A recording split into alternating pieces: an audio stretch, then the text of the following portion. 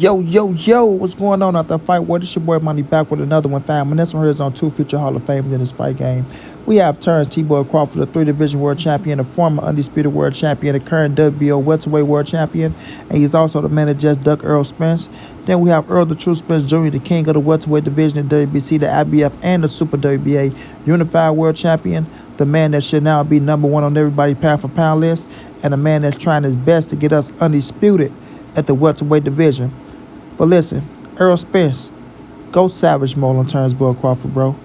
Listen to me, y'all. I repeat, Errol Spence, go savage mode on Terence Crawford, bro. Let them know that he ain't got no balls. Let him know he let his family down. You understand? All that back and forth talk of what he was going to do to you. All that back and forth talk of you ducking that man. All the back and forth talk of, you're afraid and you don't want none of him, that you ain't the big fish. He's the boogeyman.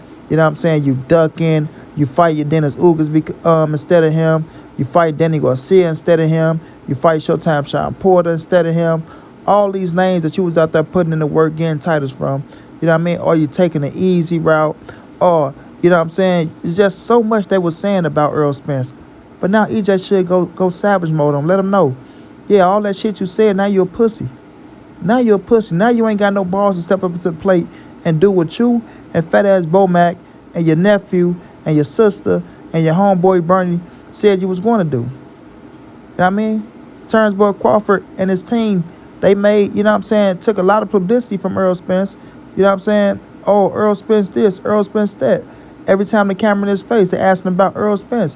What do you think about Errol Spence? Oh, what about this? Terence Crawford. Oh, it's safe to say that they don't want to fight me. Oh, they ducking me. Oh, it's this. I'll do anything to get that fight. They told me to get a belt. I got a belt. I waited on them. They said it's the side of the street. I waited on them. Now I get my opportunity, and guess what I do? I run out the back door. Yeah, I run out the back door. I don't want nothing to do with him for real. It was all a fluke. It was all fugazi. I just used his name to help build up my career so I can get an extra dollar, because people thought that fight was going to take place. And Bob Erm had to pay me because he knew that was going to be the biggest fight in boxing in the future. And if he wanted me over here, then he had to pay me. That's why he still owed me $1 million now. You understand what I'm saying? Bud never believed in himself on beating this killer right here, Errol the True Spence Jr., bro. But EJ always believed he was going to fuck Bud up. You know what I mean? He always believed it, bro. He always believed it. I don't think they believed it, but Errol Spence believed. He kept telling y'all what he was going to do. He knew what he was doing. He knew he was building this fight to be the biggest fight in boxing. So when he whooped Terence Crawford ass, it'd be for all the marbles on the biggest stage. For all the marbles on the biggest stage. You feel me? So he can capitalize off Terence Crawford like Terence Crawford was capitalizing off of him. I'm going to repeat this, y'all. Errol Spence built this fight up to be the biggest fight in boxing, going to get the other 3 scraps, doing all the heavy lifting, beating all the tough guys, right? Beating all the tough guys, so Bud can be okay. He can take the little easy road. And then when Errol Spence get to him and whoop his ass, he can capitalize off Terence Crawford like Bud been capitalizing off of Errol the True Spence Jr., bro. Because that's all we can see is Bud been doing, capitalizing off Errol's name. That's it. That's all you've been doing, Bud. Capitalizing off Errol Spence's name. Making people feel like Errol Spence was afraid of you.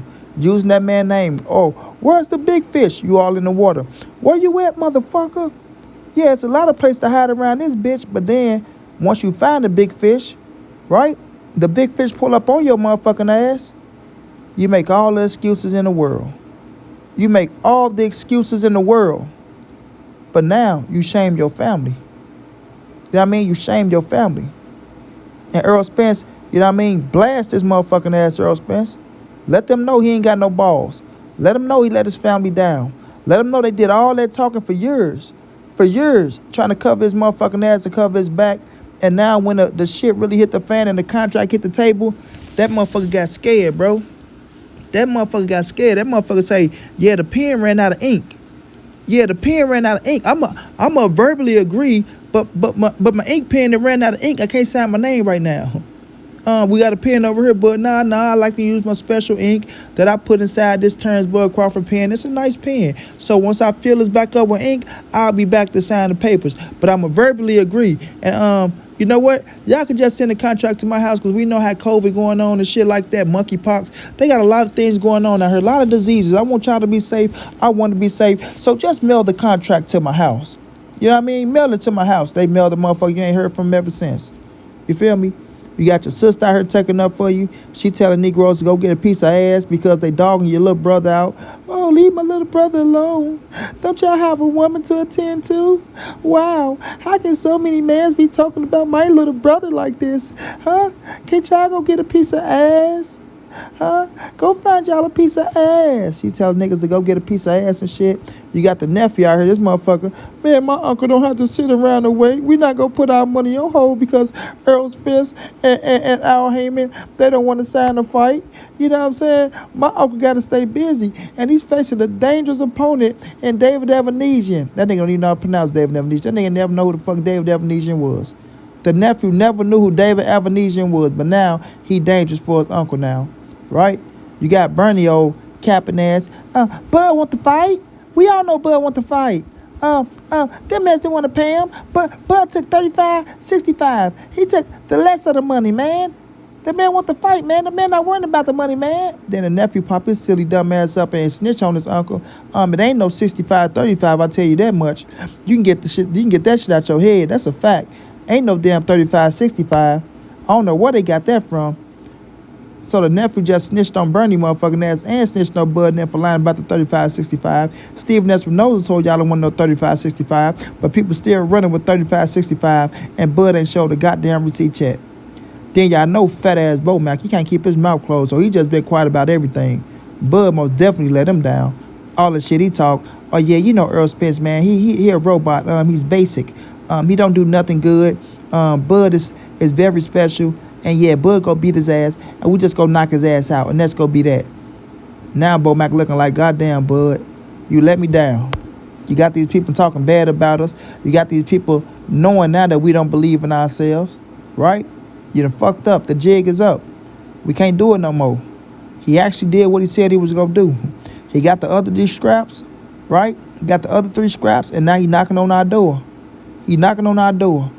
What we gonna do, Bud? It was part of your plan that kept saying that man fucking name, right? You wanted to keep saying his name to build your ass up. I told you leave him alone. I told you. When he did what he did to Danny Garcia, when he came back from the car crash, I said, Bud, don't you speak that motherfucking name no more. Say the fight is over with, it's past us. You right?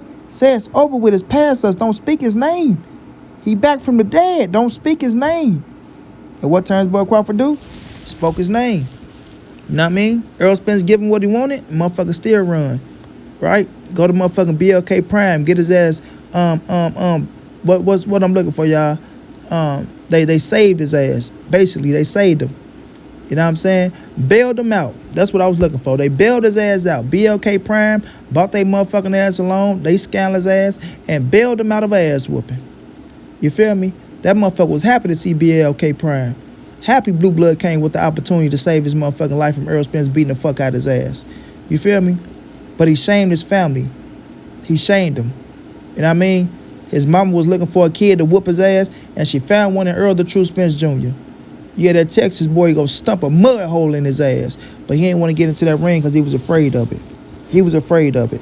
You understand what I'm saying? If he was confident, if he believed all that bullshit that he was talking about leading up to the fight, he would have signed that motherfucking contract that he said he agreed to. He would have got his motherfucking ass in there, and he would have fought. He would have fought. You understand? But he knew Earl Spence wasn't playing. Now, it's one thing about, shaming your family and looking like a jackass every time you walk around them. But it's another thing about you getting your motherfucking ass toe up from pillar to post and Earl Spence whooping your motherfucking ass all around that ring and your family on the outside can't help your ass. They crying, dropping tears, and you in that motherfucker ready to cry yourself. You know what I mean? Screaming and begging the referee to help your ass out. Telling Bo Mac why you ain't come with a better game plan. You know what I mean? Why Errol Spence putting that full court press on your ass, beating the hell out of your ass, getting ready to snatch that title, and it ain't gonna be no way for you to come back from that. Yeah, it ain't gonna be no way for you to come back from that ass whooping. So you know what? I'm gonna say one thing, y'all. I might have to applaud a little motherfucker because he saved his ass from an ass whooping. He used all that clout and all that bullshit they were saying about Earl. Now he lying on PBC and Showtime. You got niggas trying to agree with him, right? They trying to agree with him, but he really got his way up out of ass whooping. You feel me? With a scary ass. Yeah. EJ, keep blasting his ass on Twitter and all your social media because you deserve to, bro. You deserve to. Make that boy feel ashamed every time he walk in front of his family so they can see how much of a scary coward he was. I mean, they believed in him and he let him down. And now they so much in shame, they trying to save face for him. But deep down inside, they know. They know. Terence boy Crawford ran from ass whooping. Flat out. Until then, it's your boy Money. Stay NSBC moving. Everybody safe in these streets. Hit that thumbs up. Subscribe to the channel. If you want to donate, OG Money on Cash App. TreyHampton52@gmail.com or PayPal. If not, just tell a friend. Hit that subscribe button. Like, comment, share the videos. And y'all know how your boy get down, man. Big dog status, family.